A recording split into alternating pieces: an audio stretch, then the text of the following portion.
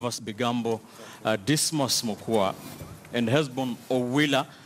And maybe before we get into that discussion about what is happening in Parliament for these members of Parliament elect, maybe Dismas, how do you see the speed of this election petition?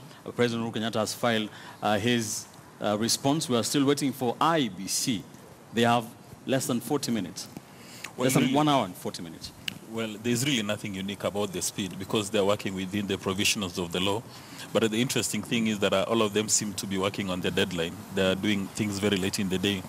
Again, nothing surprising because in Kenya we are known to have very peculiar habits. We like doing things last minute, even when it comes to going to see a medical doctor or meeting your tax obligations. Everything we like to do it last minute, provided we meet the deadline. So nothing really to write home about. Hesbon, do you think they will obviously beat that deadline, won't they? Definitely. I mean, do they have a choice? They have to beat the deadline because this is a case that for the Jubilee side of the political divide and IBC is very serious because they are the respondents here. So given the timelines, whether they want to do it at the last minute or not, what they have to do is that they have to file the side of the defense. Javas? Sure. You see the resolving of the elections dispute following the 2017 elections is dependent on the Supreme Court's matter, which will be very soon determined. And that is why I think beyond the issue of the parties filing their affidavits and responses to the initial petition filed by NASA, right, it is very critical for our electoral process, the healing process. And then again, of course, the other tail end of it will be how we look forward to having our electoral jurisprudence developed. So this is a very interesting time in our history and in our democracy. So we look forward to a very interesting period and a couple of days to come. Mutinda? I think it's an opportunity for us to sort out this matter amicably once and for all, and it's good that all parties seem committed to the process. So that means that we are going to be on time, and it is actually like as Bon has put it, it is really not even their choice. These are constitutional deadlines that have to be met. And I think they are doing their bit, and we are hoping that this is going to be behind us. All right. Yes. So we shall be going to Sophia Anuna to find out, or to take a look at what will be happening when the IBC do make their way to the Supreme Court. But let's talk about something that has been a consequence of this presidential election petition, and that follows a statement issued earlier today by the ODM, the chairman of the ODM Elections Board, writing for the National Steering Committee, that is Suna East Member of Parliament elect, that is Junet Mohammed. This is a statement titled Uhuru Kenyatta Acting in Bad Faith. And of course, the summary of this is that the NASA members or lawmakers are saying they will boycott the first session of Parliament that Uhuru Kenyatta did call for through a legal notice published yesterday in the Kenya Gazette, saying that this should be happening on Thursday, when that is when the members of Parliament elect are supposed to be sworn in and speakers of both houses also elected. They say they will boycott that first sitting, and they are citing the presidential election petition saying Uhuru Kenyatta is still a president-elect and he has no power to call that sitting. Dismas, what is your initial remarks on this? No, do they have a point? Nor is it recorded that if there's a petition in the Supreme Court, the president will stop exercising his powers, especially as far as the parliament is concerned. And the decision by ODM or NASA to boycott this session is uncalled for, it's actually unacceptable, and goes against the very grain of the rule of law and order that NASA says they regard highly. And my view would be, let them troop to the National Assembly, let them troop to the Senate, participate in the election of the speakers of both houses, in as much as they don't stand a chance because the Jubilee has got a super majority in the two houses. And if they want now to make their position known on anything, they can actually do it at the floor of the house, or they can go outside the chambers. There's a place where there's a facility where you can actually have a news conference, and they can go and air their grievances there. So they must actually go to the National Assembly. They must go to the Senate, participate in the elections, participate in the initial proceedings. If they want to make a statement, they can do it at the floor of the House. If they don't think it's necessary, then they can go and have a news conference or even do a demonstration outside. Hesbon, do they have any point, or what are they trying to do, the NASA lawmakers? You know, there's a sense in which I agree with my MP, Junet Mohammed, because the moment you go to Parliament and you have a president who is sitting between outgoing and president-elect, then you are basically giving credence to the election of that president. And from where NASA sits, you'd understand when they don't want to legitimize that until the Supreme Court case is over. You remember in 2007, when they went to Parliament and immediately Kibaki had been sworn in and MPs were sworn in, the then MP for Gishugu, Martha Karua, said that, you know, now ODM has no bone of contention, that we have three arms of the government.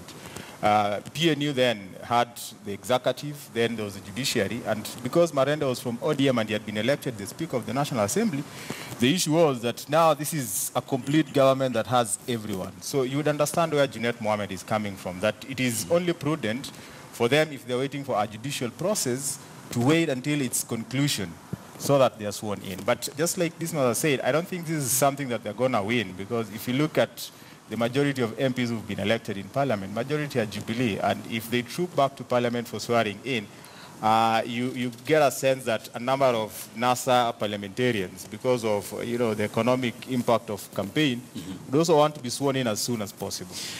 Javas, do you agree with what Hesbon is saying? Because they are saying they will be legitimizing the presidency, a presidency which has been disputed before the highest court in the land. But does the Kenyan Constitution, encompass or foresee a situation where there's a vacuum in the office of the presidency? Well, first, as much as he's a president-elect, he's still a president, right? You see, Ben, from the advent of democracy in the 17th century AD in North America and Europe, democracy has become more captivating, more dynamic, more interesting. And what we are seeing in Kenya today is the offshoot of all these emerging issues in our democracy. And a few questions arise. Do we have a president as we speak, following the 2017 August 8th elections? We have a president-elect. Yes, he was declared so by the IEBC. There is a matter arising that has now been petitioned in the Supreme Court. But is the president stopped from convening or calling for the convening of the of Parliament? You see, he has got the Attorney General and has been sufficiently advised. By even taking note of that Gazette notice, they have recognized the president who has called for it. And that's why they have said that they will not respond to or attend the session that has been called by President Kenyatta. So they are recognizing there is president already. However, of course, I look at it from the perspective where they stand today. And they are conflicted that with the matter now before the Supreme Court, do they have the power, the energy, and the legitimacy to get to be in that, in the convened house?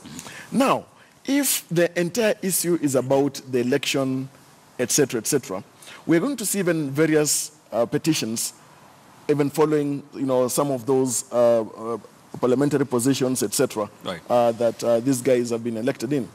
What would be important, and I would want to speak to our leaders, especially those of NASA, those of Jubilee, for the progress of our nation, for the calmness that we so much seek, and for the nurturing of our own democracy, and for the love of our country, we did not be lighting fires every moment. So it would be important for our parliamentarians to demonstrate critical leadership, especially at a time such as this. All right. This is what that statement says. There's a rush, certainly suicidal in our view, by Mr. Kenyatta. I'm calling him Mr. Kenyatta. To defraud Kenyans into believing that all is well and that he is rightly and properly in office. It is a psychological war that is meant to make Kenyans adjust into accepting a third stolen election as they await a fourth similar fraud in 2022. This is what they are saying, Mutinda. What do you think? I think they are mixing up issues, because it is not parliament that is going to legitimize or delegitimize the presidency. We already have a judicial process, and it is the verdict of that judicial process that is going to legitimize or delegitimize, depending on how they're going to rule. So I think that members of parliament from NASA are missing the point, because the truth of the matter is that we elected 6 leaders. As we speak, 47 governors have already been sworn in, and there are NASA governors among those, and that was independent of any other position. MCAs have also been gazetted, so next week probably they're also going to be sworn in. So members of parliament, it should be clear that they were given a mandate that was independent of any other position, and whatever is going to be happening on that Tuesday is convening the legislature, the House of the Parliament, for it to continue performing its duties. And the president has a role in that ceremonially. Now, so what we need to ask ourselves is, for instance, just supposing, the president had lost and then there was a contest. That means he would still have remained in office as we wait to see whether whoever had been declared winner is going to be confirmed. Right. Then would it then have been proper for him to perform his presidential function of convening the House, as probably... Can you answer that question? Your own question? Yes, of course. The thing is, there is no vacuum. The point is, there is no vacuum. At no point is there... You know, the president is the president-elect, but is still the president, because supposing he'd lost, he'd still remain the president as he awaits to do what? To hand over. So you can look at it whichever way you want. So if you're not comfortable with him convening as president-elect, then he's the incumbent waiting for the matter to be determined. So right. There is no vacuum. The truth of the matter is that we still have a president. And those roles that are to be performed by a president have to be performed by His Excellency right. Uhuru Kenyatta. That is my point. Despite NASA's reasons and what you've said, all your fellow panelists disagree with you. Yeah, I mean, what I said is there's a sense in which you would agree with Junaid Mohammed, in the sense that NASA is still contesting this election, and it is not clear whether the president is doing that as a president-elect or as an incumbent. So there is a bit of a gray area there.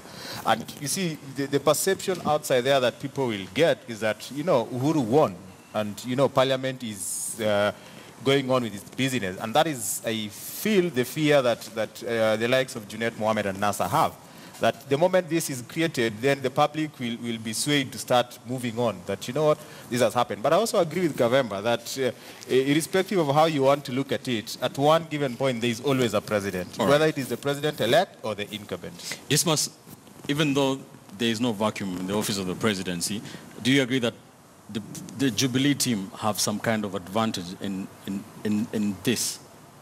They've got an advantage, and maybe before we look at the advantage, let's look at Junaid Mohammed. The reason why he issued the statement, it's not as if he's going to achieve any level of success. He knows that whether or not the NASA members of the elect go to the National Assembly or Senate, it's going to be business as usual.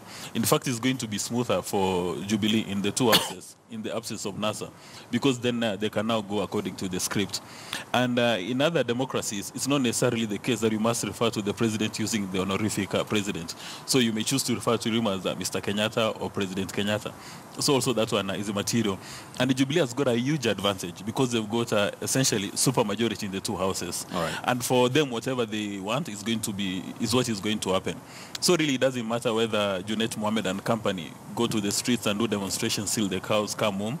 It's going to be business as usual. And as Kavemba has indicated, had it been the case that Raila Odinga had won and maybe President Kenyatta is not going to court to contest, I suspect Junaid Mohammed would have issued another statement saying, we request President Kenyatta to quickly summon Parliament so that Mr. Raila starts running the nation. And it's important for our leaders, in as much as he derives his political capital from Raila Odinga, to look at the state called Kenya, look at Wanjiku, and make decisions which favor the state interest. Do you see these guys going ahead with their threats? It is rabble-rousing. And we know very well that with that slate of politicians that we have, there is the risk of carrying on the campaign spirit into the post-election period. But I think what should be essential is for the legislators to realize that now is the time for the legislature to convene and carry on with its business. There is no time for waiting, because while their membership of NASA and ODM that are in is that which tethers them to the contentious issue that is now at the Supreme Court, it does not affect the mandate of the legislature, except to the extent that the president has got to make a gazette notice convening a parliament. Right. So I think it may not be really helpful in the longer run, all this rabble-rousing and positioning and grandstanding. It may not really be helpful. So the legislators may want to reconsider their position. So already we've had some, wading into the discussions of salaries, etc. Now there is this issue emerging about, boycotting the, session, etc. And yet we know very well that there are very important things that Parliament needs to handle: the National Assembly, the Senate. So it's important for legislators to realize that the mandate which they have freshly acquired from the electorate is that which needs to give them the drive to move into that house. And the electorate are watching. All right, we'll keep an eye. It's a story we're keeping an eye, of course. Members of Parliament-elect have been very busy the last couple of days. We are keeping an eye on that threat by NASA to boycott that first session of the 12th Parliament. When we return after this quick commercial break, we'll delve into the matters that are the governors who have been sworn into office in the last 1 week or so have been getting into. There have been a lot of reorganization in those counties, some members of staff being sacked, others being suspended, others being probed, others being barred from traveling abroad. We'll take a look at that in a moment when we return after this quick commercial break.